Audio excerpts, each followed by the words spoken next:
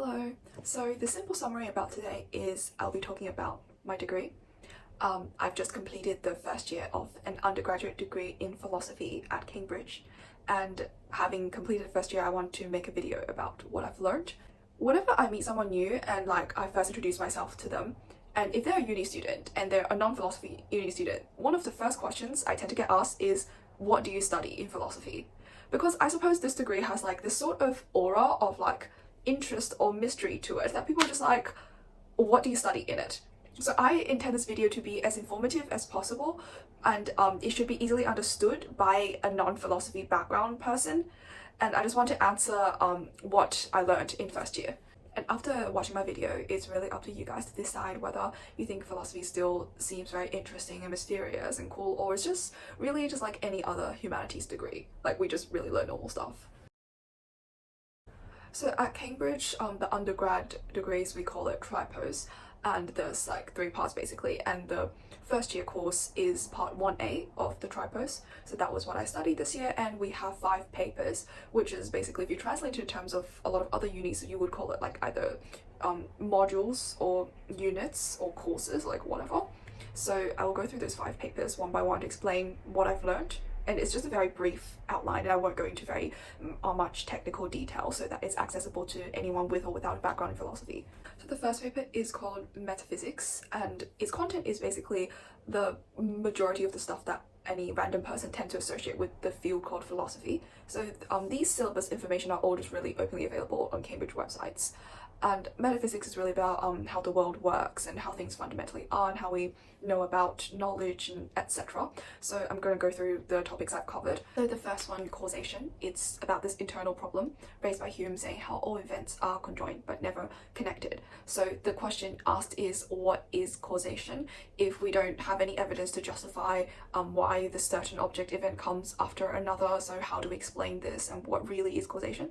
And then the second one, free will, is very self-explanatory, the forever problem of, do we have free will as humans? And there's an enormous amount of complex literature on that.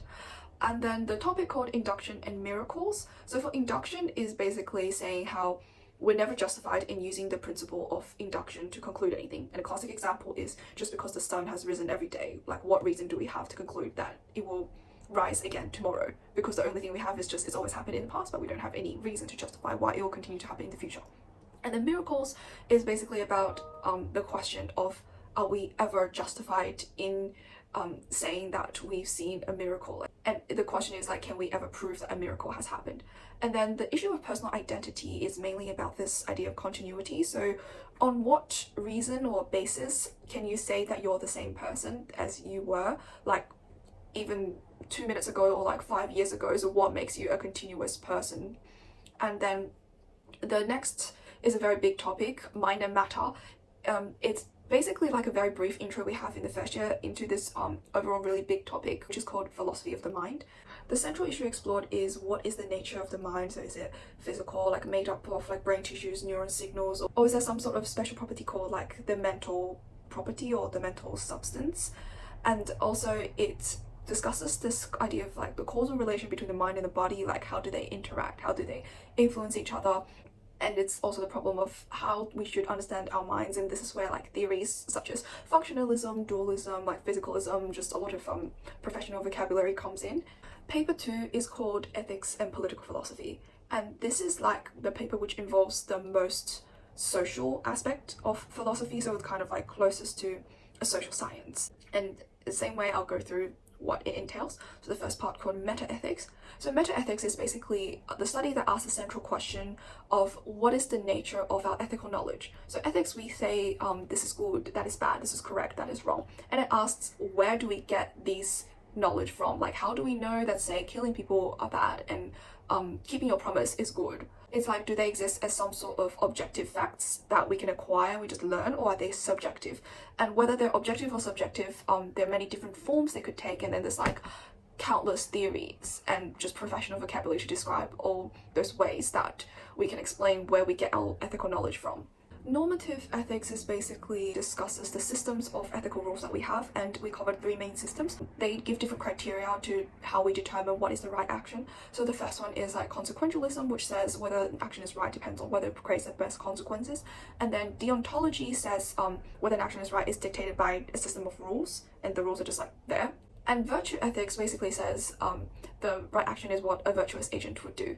Moral psychology basically talks about the role that our psychology has in deciding what ethical values we hold. So it asks questions like, are we naturally altruistic? What is the nature of empathy, etc. So it draws on a lot of like psychological, scientific, and like developmental studies. So political obligation and authority, very straightforward. It's about how we justify the state. So on what grounds can we say the state is legitimate? Holding legitimate political authority, and we're talking about different theories of justifying the state or not justifying it. Could include like social contract theory, fair play, anarchist theories. And if there's a legitimate state, then what corresponding political obligations do the citizens have? And these are the questions we're trying to answer. And then equality of opportunity, well, it's very straightforward. This is like what every politician is going on about, and it's such a messy topic. It got so messy I just didn't write about it in my exam because like we had choices on what topics to write about. It's basically like there's so much debate over what constitutes equality of opportunity, and even when people decide on what we should do, they don't know like how to do it, so it's just very, very messy. The third paper is called Meaning, and in here it's like the stuff don't really fit that neatly, perfectly into a philosophical topic. So the thing is, this paper is probably the closest one we get to the content of analytic philosophy, which is basically like the predominant school trend of philosophical analysis in the Anglo-American academic. Analytic philosophy focuses on language and logic and how they help us like structure and understand the world. And yes, I love this meme on it because it's so accurate. And this is like the most technical paper that if you don't study philosophy, a lot of the stuff I try to explain probably won't make sense, but I will still try to make it as understandable as possible.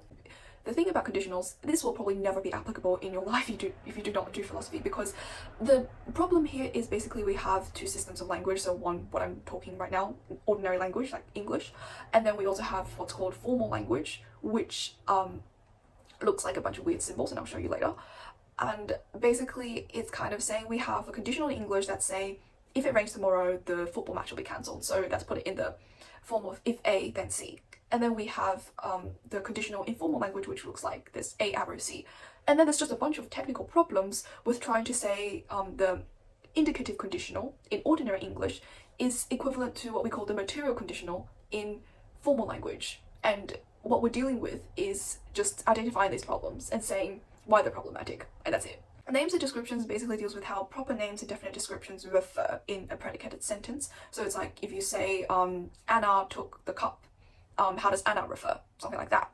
And we deal with in what conditions does a name refer, and what do we do with an empty referent. So this very famous example that we always talk about in like every single lesson in every single paper is always saying the present king of France is bald. So there's no present king of France, so this is empty. So we discuss what happens to the truth value of the sentence in this situation. Can it still refer? Like if it doesn't refer, what happens to the entire sentence? So just a bunch of very technical issues. Necessity, analyticity, a priority. Basically it's like there's three distinctions about our knowledge. So what's necessary versus contingent, so what has to be versus what can or cannot be.